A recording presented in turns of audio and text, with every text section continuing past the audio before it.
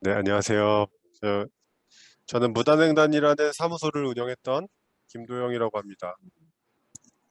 지금은 스튜가 목조건축연구소에서 소속되어 있고요. 무단횡단은 저와 이규동이라는 친구끼리 2016년부터 2020년 말까지 그 구축 관련한 다양한 작업을 했었던 사무소입니다. 오늘은 금곡동 저희 집을 좀 더 깊게 이야기해달라는 요청을 받았어요. 그래서 왜 저희가 여기서 이렇게 구조적인 것들을 하고 같이 접근했는지, 뭐 어떤 게 중요한 접근 요소인지 이런 걸 설명하는 시간이 될 것 같아요.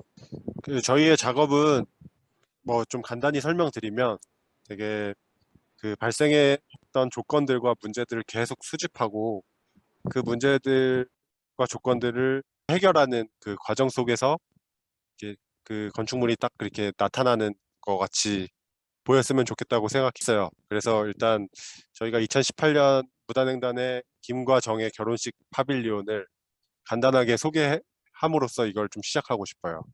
이 작업은 제가 언급한 필수적인 조건들과 문제들을 수집 그리고 해결하는 무단횡단의 작업 방식 전체를 관통하는 작업이기도 하고, 당연히 그렇기 때문에 손과 김의 집에서도 그 정서가 좀 확장되거든요.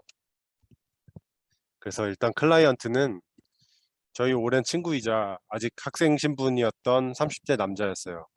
지금은 되게 인식이 달라졌지만 일반적으로 우리나라에서 한 식구를 경제적으로 되게 책임질 수 없는 그런 능력이 부족한 남자는 결혼을 하기 좀 껄끄러운 존재로 인식되잖아요. 그리고 실제로 게다가 이 친구는 집에도 그렇고 돈이 별로 없었어요.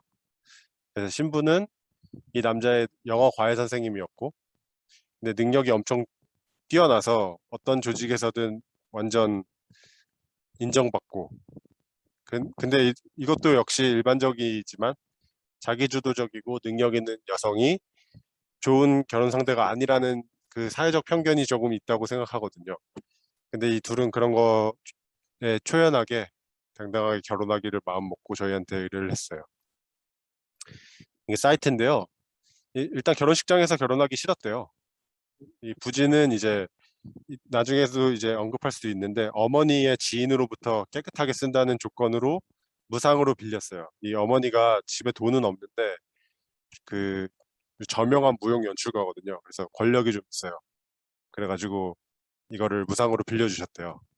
이 부지는 뭐 이 마스터 플랜만 보시면 주변이 이제 숲으로 둘러싸여 있고, 여기에 한 주차장 10대 정도 넉넉하게 주차할 수 있는 주차장이 있고, 그 뭐야, 출장 뷔페가 운영될 수 있는 지붕이 있는 외부 공간이 좀 있고, 그리고 모여서 식사를 할 수 있는 그런 아담한 공터가 있고, 그 옆에 잘 조성된 조각공원, 그리고 저희 결혼식을 실제 운영할 이 나무가 있어서 여기서 서약식 같은 걸 할 텐데, 요 자리에 저희 구축물이 들어설 예정이었어요. 이게 조금씩 기능들을 이제 보완해 주면은 결혼식을 하기에 되게 훌륭한 장소였어요. 근데 아까 말씀드렸다시피 사유지였기 때문에 빌려주신 분께서는 이 장소가 물리적인 행위 때문에 훼손되기를 원하지 않으셨어요. 이제 영구적인 건물을 짓는 게 아닌데다가 되게 좋은 장소를 훼손하지 않으면서 멋있는 구축이 필요했기 때문에 구축물에 쓰이는 소모품을 최대한 사용하지 않았어야 했거든요. 크게 세 가지 건축 재료가 쓰였는데요. 일단 첫 번째 이 나무. 이 나무는 저희가 2018년 3월에 국립현대미술관에서 참여했던 일본인 작가의 협업자로 그 뭐 설치물을 설치하다가 남은 210 곱하기 105 곱하기 3600짜리 각재가 6개가 있었어요. 또 아까 말씀드린 권력 있는 신랑의 어머니가 그 무용 연출가라고 말씀드렸죠. 그 무용 공예에다가 쓰다 남은 깨끗한 1.1m 곱하기 12m 크기의 한복 속감이 있어가지고 그거를 무료로 또 얻을 수 있었어요. 이제 또 마지막 그 구축할 때 중요했었던 요소인 이 각관인데요. 각관이 아니고 이 파이프죠. 그 원형 파이프. 이게 어떤 거냐면 그 건물 지을 때 작업자들의 안전 동선을 위해서 설치되는 가설 파이프예요. 이 도시 외곽지 돌아다니다 보면은 가설 이렇게 해가지고 아주 저렴한 가격으로 임대해주는 거거든요. 이게 되게 쉽게 구할 수 있었어요. 이게 지방에 가서도 충분히 쉽게 구할 수 있고. 이 참석하는 내비는 총 50명이었어요. 근데 여러 명이 군집한 상황에서 되게 불쾌함을 느끼지 않기 위해서 확보해야 하는 공간의 크기가 약 1.6m, 1.6 해배라고 하더라고요. 이거는 저희 그 학교에서 행태론 시간에 배웠었던 그냥 되게 건축 상식인데, 그 즉 이제 50명의 인원이 군집하니까 쾌적한 기분을 유지하면서 이제 그 공간이, 그 필요한 공간이 최소한 80 해배 정도의 공간이 필요했던 거죠. 그래서 저희가 어떻게 했냐면, 이 가설 파이프가 기본 규격이 6,000, 4,000, 3,000 이렇게 세 타입이 있거든요. 그래서 이 6,000 폭의 3,000 파이프로 기둥을 이렇게 세우고 3,000 파이프 간격으로 이렇게 모듈을 만들면 이게 총 볼륨이 4m의 높이를 가진 90 해배의 쾌적한 볼륨이 되는 거예요. 이렇게 해놓으면은 그 두 가지의 구조적인 결함이 발생하는데, 첫 번째는 이제 6m 보잖아요. 이게 6m인데 단면이 6cm 정도도 안 되거든요.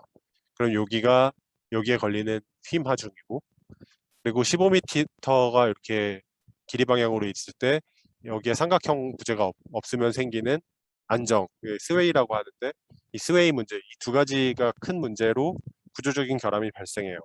그럼 이제 저희는 이 두 가지 문제를 해결하는 설계를 그때부터 하는 거죠. 이게 여러 고민 중에 나왔었던 아이디어 스케치인데요. 첫 번째 말씀드렸던 이 6m에 대한 횡화중, 말씀드리면 요게 6m인데, 요거를 이제 저번에도 말씀드렸지만 그 6m의 길이에 6cm밖에 안 되기 때문에 이거를 휘지 않게 하려면은 이 모춤이 두꺼워야 되거든요. 그럼 이렇게 위에다가 추가적인 부재들을 설치해 가지고 뭐 약간 수직 트러스 같은 것들을 만들어서 이 스팬을 한 32cm 정도의 스팬을 만들어야지 이게 오케이가 나는 상황이에요. 이거를 만약에 삼각형으로 만든다고 하면 이 두 배의 높이 춤이 필요하겠죠. 그러니까 저희가 아까 있었던 저희 해결 방법은 뭐였냐? 여기 아까 210짜리 두께의 나무가 있는데 여기에 천을 이렇게 감아가지고 이걸 위로 들어 올리는 거예요. 그렇게 하고 요 위에 이거 그래봤자 210밖에 안 되니까 여기서 나머지 43cm를 위로 파이프를 위에 설치해가지고 이런 모양의 그 뭐랄까 트러스, 들림복 이런 걸 설치하면 이게 이 휨 문제가 해결되는 방식, 이게 저희가 고안한 방법이에요.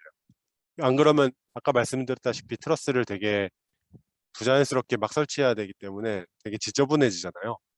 그걸 원하지 않았었던 거죠. 어 이렇게 이걸 당기는 거죠. 여기에 와이어도 좀 보강했는데 요 나무가 요 천에 달려 있는 상태인데 이걸 아래로 쭉 위로 당기면은 이 나무가 파이프를 위로 밀어내는 그런 되게 간단한 원리예요.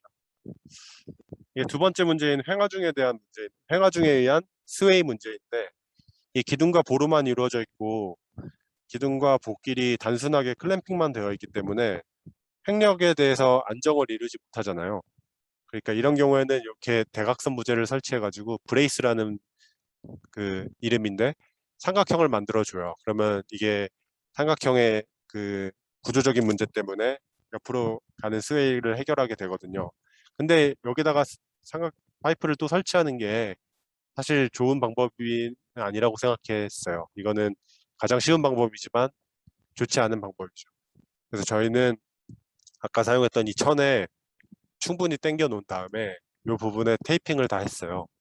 요 만나는 부분에. 그렇게 되면은 여기 자체에서 마찰력이 생겨서 옆에 대해서 인장력이 생기는 거죠. 마치 면이 하나 생기는 것처럼. 그럼 옆에 움직이는 스웨이를 잡을 수 있는 그런 목적으로 설치한 거죠. 이 천이 그러니까 두 가지 역할을 한 거예요. 한복천은 신랑 어머니가 장식적인 효과로 써라 이렇게 하면서 제공해 주셨는데, 그 저희한테 또 장식은 죄악이니까 천으로 이제 장식적인 효과를 주는 것 대신에 필연적인 이유로 이 천을 쓰고 싶었는데 이 필연적인 이유로 썼던 이 장식적인 천이 이 천이 장식적인 효과를 내게 돼서 되게 기분이 좋았죠. 아, 네, 이건 사진, 이건 무슨, 죄송합니다. 이게 기둥 3개 쓴 이유를 설명하는 장면인데 이걸 사진을 묻혀줬어요. 죄송합니다. 이 기둥은 3개 쓴 이유가 있는데요. 이 반복되는 구축을 할 때 이 반복되는 한 모듈이 온전하게 자기의 완성된 독립개체가 되는 게 그게 모듈이잖아요. 이게 무슨 말이냐면 모듈이 된다는 뜻은 완성된 최소의 단위가 된다는 거예요. 이 완성된 독립적 모듈끼리 아주 간단한 물리적 결합으로 확장해 가는 게 이 모듈로 만들어지는 건축이고, 이 모듈끼리 결합할 때는 자신의 부재를 다른 모듈의 부재하고 공유하게 되면 그 물리적 결합이 점점 복잡해지거든요. 그래서 이 모듈에 있는 이 부재가 다른 모듈과 만날 때 그걸 공유하지 않는 게 되게 구축에 유리해요. 만약에 이걸 하나만 썼다고 해보죠. 이 기둥을 하나만 썼으면은 이 모듈과 이 모듈은 이 기둥을 공유하게 되잖아요. 그러면은 이 구축을 할 때 좀 더 복잡해져요. 많은 부분에. 이건 지금 다 설명드리기는 어렵지만, 만약에 2개를 쓴다고 하면은 둘 다 이제 각자의 기둥을 가지고 있겠지만, 이 기둥이 바닥에 기초판이 있는데 그 기초판에 기초를 공유하게 돼요. 이 기둥 2개가. 그렇게 돼서 2개가 또 되게 간단한 물리결합이 안 되게 되는 거죠. 그래서 이 집에 필요한 기둥의 숫자는 최소 3개였어요. 그 원칙에 의해서. 그걸 설명하는 사진이었는데, 네, 이건 이제 모델링한 사진이고요. 아까 말씀드렸다시피 이게 43cm 올라갈 수밖에 없게 되어 있고, 이거는 210이기 때문에, 네, 이건 3D 모형이고, 이거 저희 만든 모형인데, 실제로 여기에 요거 할 때는 폰드를 썼는데, 여기는 폰드를 안 쓰고 천하고도 폰드를 안 썼어요. 네, 충분히 기능을 하더라고요. 네, 이건 저희가 해체할 때 찍은 타임랩스인데, 이게 구축할 때 방식의 역순이니까 어떻게 했는지 잘 보이실 거예요. 아까 첫 번째 조건인 원래 상태 아무 일도 없었던 것처럼 돌아가게 하는.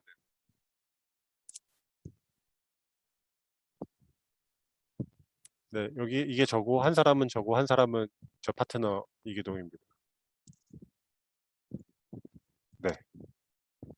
다시 한번 돌아가 보면 이 5가지 조건, 예산이 부족하고 원상태로 돌려야 하고 각재들을 재활용하거나 혹은 필요한 조건들로만 써야 하고 50명을 수용할 수 있는 쾌적한 볼륨을 만들어야 되고 어, 가장 단순한 구축 방식으로 공간을 만들 때 생기는 구조적인 문제를 이 조건 하에서 해결해야 한다.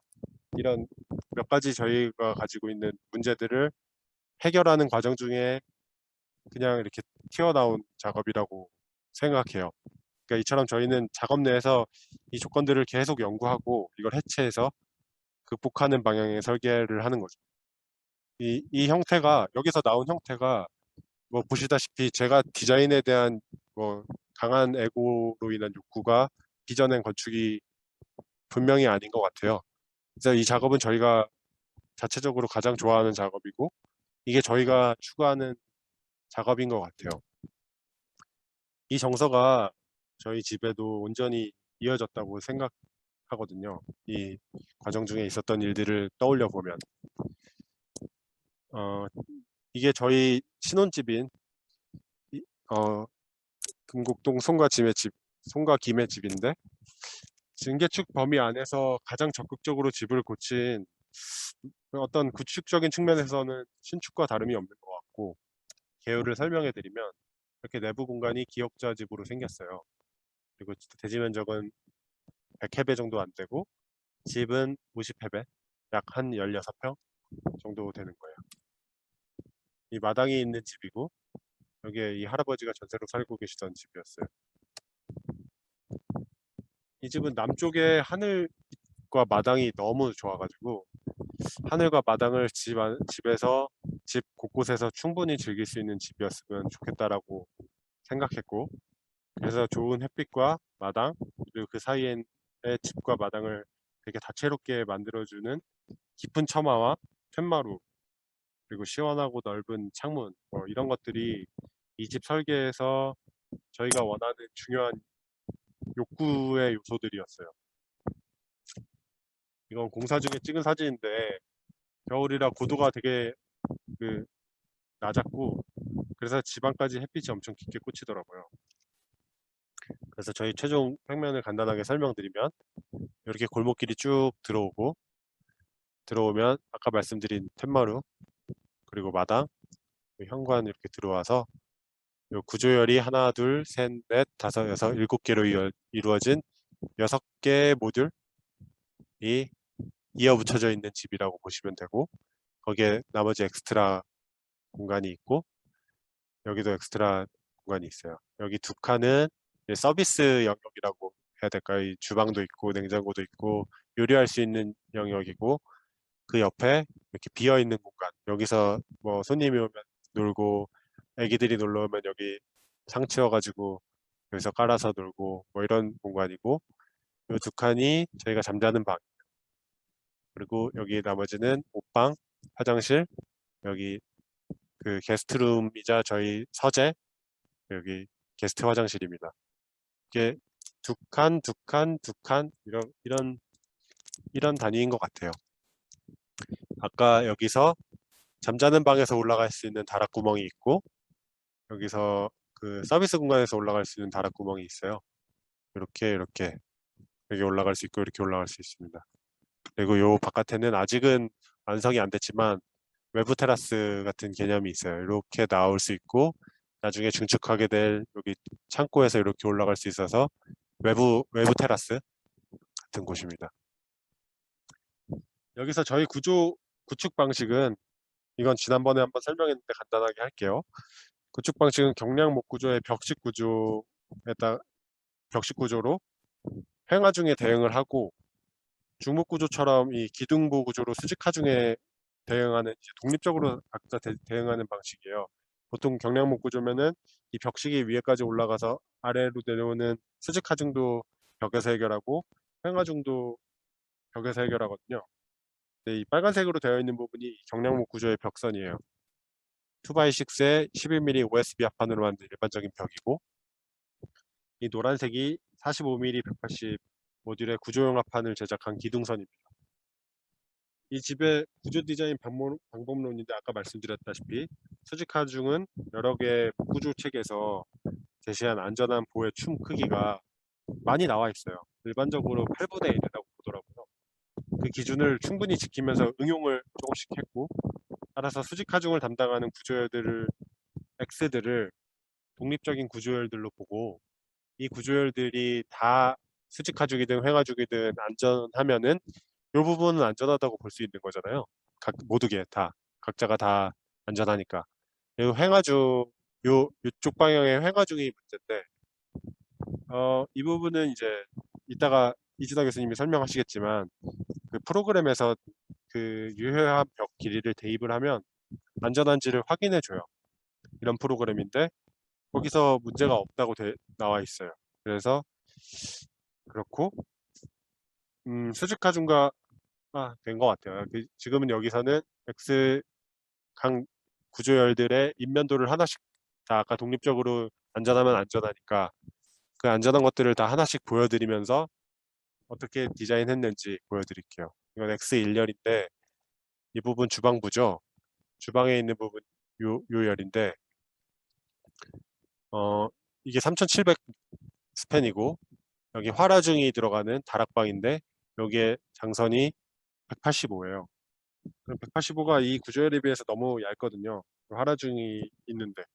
그래서 스팬에 비해 이 부재가 너무 얇아서 작아서 주방에 있는 냉장고 옆벽과 요 벽, 그리고 싱크의 계단실 벽을 이제 이게 필요했기 때문에 그걸 이용해서 스팬을 줄였습니다. 이 벽을 통해서. 요게 제가 새벽에 찍어가지고 죄송합니다. 이게 싱크에서 나오는 벽이고, 이 구조에 붙어 있죠. 이거는 냉장고에서 나오는 벽이에요. 이 붙어 있죠.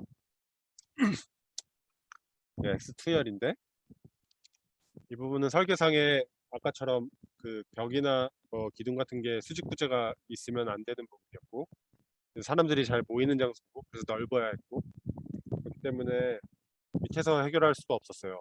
그래서 마침 주방부 다락이 끝나는 지점이기도 하고 그래서 핸드레일 겸 해서 이 보호 장치가 필요하니까 이 전산 볼트를 보에 엮어 이 기둥의 동자주에 엮어가지고 이 부분을 유사 트러스로 만든 거죠.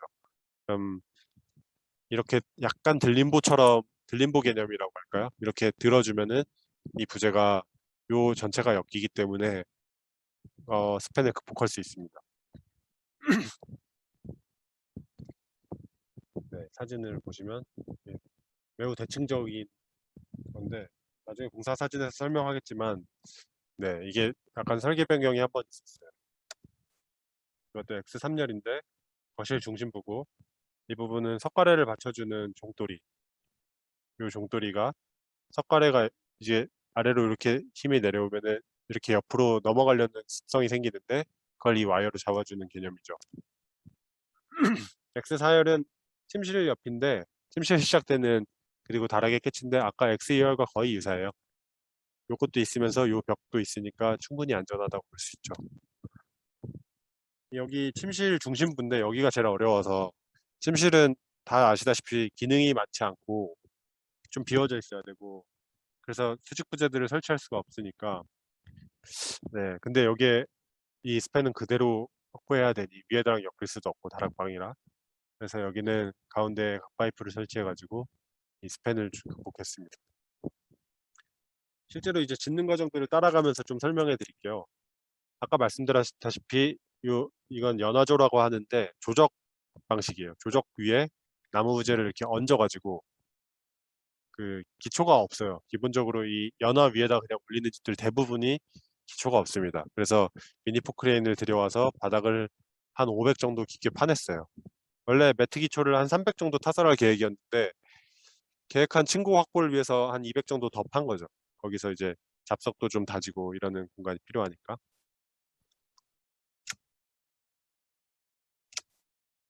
매트 타설할 때인데 이때가 1월 초였는데 진짜 엄청 추워가지고 지붕 철거를 먼저 할 계획이었다가 지붕을 철거하면은 추위 때문에 좀 문제가 생기겠다 싶어서 지붕을 안 치고 했더니 펌프카가 운영되기가 어려워서 좀 곤란했었어요. 이 예전 집이라 법적으로는 대수선 신고에 해당하는 작업인데 그래서 이 지붕을 없애는 게 공무원들과 협의하는데 가장 어려운 부분이었어요. 근데 이게 존치해야 될 부재들의 상태가 너무 안 좋아서 목구조 보강한 다음에 그 자리에 다시 놓는다는 약속을 하고 지붕을 철거했어요. 철거하는 장면이고 토대 다 깔아놓은 거고 이게 아까 말씀드린 집성된 합판 기둥이에요.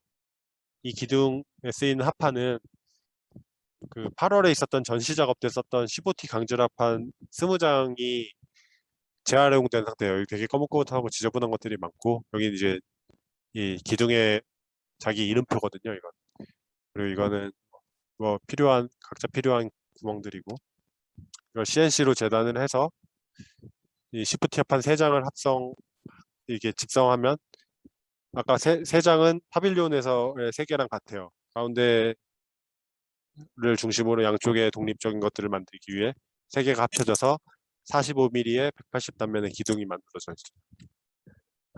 이게 CNC 재단할 때 CNC 제가 가공했었던 도면이고요. 저희 집에서 이 기둥은 되게 정밀한 가이드 역할을 해요.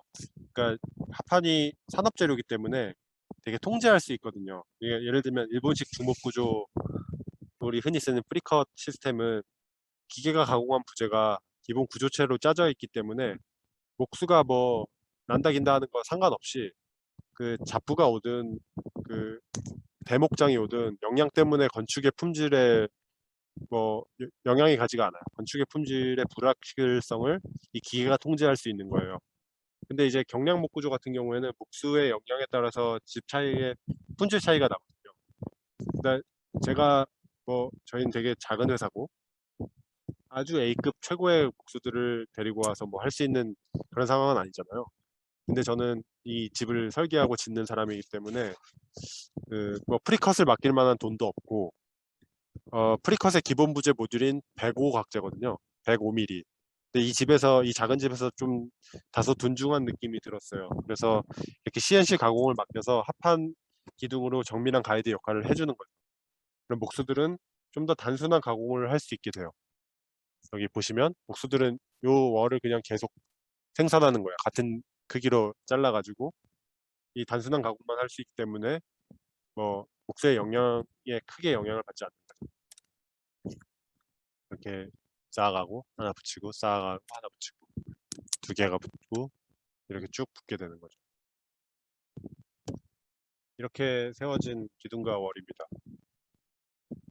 제가 만든 기둥은 이 45에 180 단면 기둥에 근데 이게 독립기초 위에 서 있는 게 아니잖아요. 이 합판만 놓고 바닥에서 딱 무너질 수 있는 상황이 아니었어요. 현장은 상황상. 그래서 혼자 서 있기가 어려운데 이 월하고 같이 잡으면서 세우면 구축적인 측면에서도 되게 효과적인 방법이에요. 같은 날 하늘인데 이렇게 하늘이 달라서 이 하늘이 집 안으로 들어올 거라고 생각해서 너무 좋았는데 네, 이건 안에 있었던 다락 장선들의 그 장선, 장선들인데 이게 처마까지 나가죠. 이게 이렇게 되면은 이 캔틸레버가 이 안에까지 들어와 있기 때문에 다 구조 시간에 배웠으니까 이렇게 응력이 발생하잖아요. 그래가지고 이게 되게 힘이 더 좋아요. 끊어지는 것보다 길게 나갈수록 여기 캔틸레버의 힘이 더 좋거든요. 그래서 추가적인 기둥을 따로 세울 필요 없이 다락은 꼭 필요하면서도 적재적소에 있게 되는 거죠. 이 처마 때문에. 그러니까 하나의 기능 때문에 필요한 게 아니고 되게 다기능을 한 부재 안에서 이게 적용이 된다. 이렇게 볼 수 있겠죠. 이렇게 되고 이쪽 다락, 이쪽 다락. 이 기둥을 좀 더 자세하게 설명드릴게요. 아까 기둥에서 음각 표기된 동그라미들은 이 기둥의 이름표인데 일단 왼쪽 기둥, 오른쪽 기둥, 이 높은 기둥과 낮은 기둥을 구분하는 게 첫 번째 이 폴더링의 첫 번째 기둥이에요. 첫 번째 다 1번이니까 1번이 돼 있고 두 번째 낮은 기둥은 2번이죠. 이렇게. 그리고 두 번째는 각 기둥이 세 개의 쌍으로 이루어져 있으니까 두 번 1, 2, 3, 1, 2, 3, 1, 2, 3, 1, 2, 3, 1, 2, 3. 이 두 번째 폴더링. 그리고 이 부재 내에서 1, 2, 3, 1, 2, 1, 2, 3. 그래서 각자 고유의 코드 네임을 갖게 되는 거고 이게 두 개가 대칭돼 있으니까 세 개가 집성할 때 하나는 폭에서 딱 붙이면서 이 표기가 안 보이게 되는 거죠. 이게 실제로 현장에서 부재 찾는 일들이 되게 오래 걸려요. 이거를 해소해주는 방법입니다. 그래서 실제로 원래 처음에 디자인했을 때는 이렇게 되는 거예요. 최종 단면도랑 좀 다르죠. 원래 계획은 뭐였냐면 이렇게 위로 들고 여기서 햇빛이 충분히 들어오고 요 부재가 기니까 들림보로 이렇게 들어주는 동시에 여기 아래까지 꽂혀서 요 다락까지 잡아주는 이런 구조로 설계해서 시작했어요.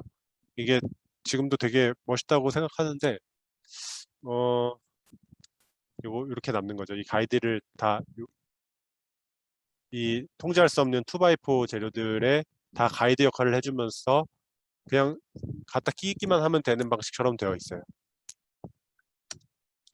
원래 이렇게 되는 거였는데 최종 단면도랑 좀 다르잖아요. 이게 원래는 이렇게 되는 거였는데 설치하고 보니까 공무원이 처음에는 고지를 안 해줬는데 건물의 최종 높이가 많이 높아지면 안 된다고 하더라고요.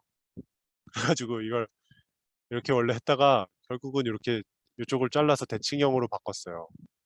좀 아쉬웠었는데 그때는 그 뭐 주변 컨텍스트를 보면은 이게 맞는 것 같아요.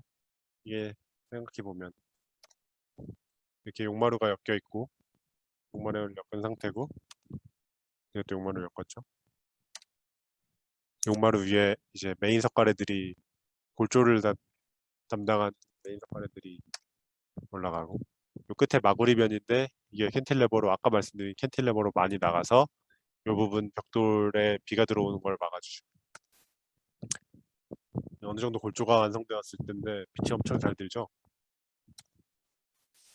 네, 이렇게 빛이 여기 위에 뚫어놓은데 여기까지 들어오는 겁니다. 겨울이라서 이게 좀 높고 지금은 여기까지 빛이 안 들어오고 여름 빛이라 뜨거운데 저희 딱 처마 끝에 집 시작하는 부분에 딱 끝나요. 데크에서. 저번 발표 때 어떤 분께서 1350 모듈, 저희의 이 모듈이 어떻게 태어나게 된 건지 질문을 하셨는데, 제가 설명했던 것은 제가 1500과 1350 두 가지 모듈 중에 기존 외벽은 그대로 살려 있거든요. 이 외벽 안에 깔끔하게 떨어지고 있는 좋은 모듈이 1350과 1500 두 가지였어요. 이 두 가지 중에서 1350을 선택한 이유가 두 가지인데, 저희가 생활하는 가구나 스케일에 맞는 공간 분할을 하기에 1350 두 개, 즉 2700이 저희한테 맞는 스케일이었어요. 저희가 가지고 있는 가구나 뭐 이런 것들이. 그리고 그 1350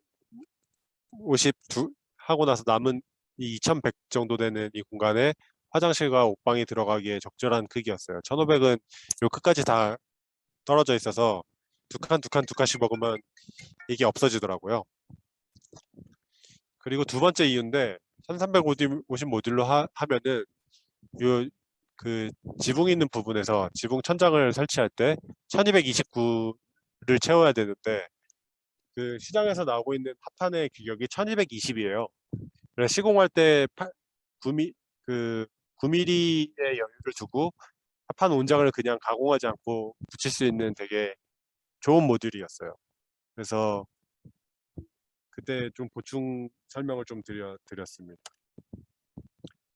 최종 저희 사진을 보여드릴게요. 이거는 그 지금 들어와 계신 우지호 씨가 찍어주신 사진입니다.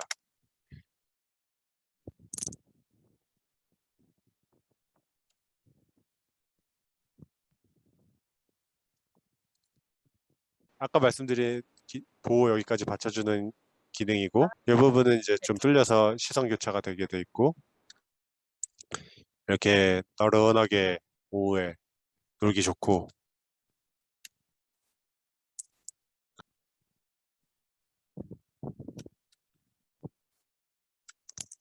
네, 저희 서재고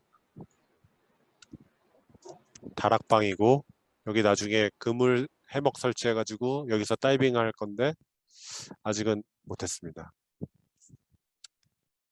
이거 나중에 또 설치할 야외 테라스 부분이고, 마당입니다. 아직 다 지금 남은 공사들이 좀 있어가지고 밤에 밖에서 대문 안을 찍은 사진이고, 네, 밤에 찍은 거고. 네, 이렇게 저희 집을 만들었습니다. 제가 여기서 작업한 구조 디자인은 제 능력 가지고 있는 범위 안에서 되게 필연적인 부재들로만 이루어져 있어요. 그래서 만약 돈 여유가 있었다면 분명 저희가 의도한 상황에 맞게 더 적확한 구조 설계로 부재 사이즈를 조절하거나 필요 없는 부분들을 더 덜어내려 했을 거예요. 이게 앞으로 구조 디자이너가 해야 될 일인 것 같기도 해요. 그냥 단순하게 실수 계산해주고 이런 게 아니고, 이 만나는 부재들이 어떻게 기획돼서 엮여서 그 재료를 쓸 것인지, 그런 것들을 전체적으로 그 기획해주는 게 구조 디자이너의 역할인 것 같습니다. 감사합니다.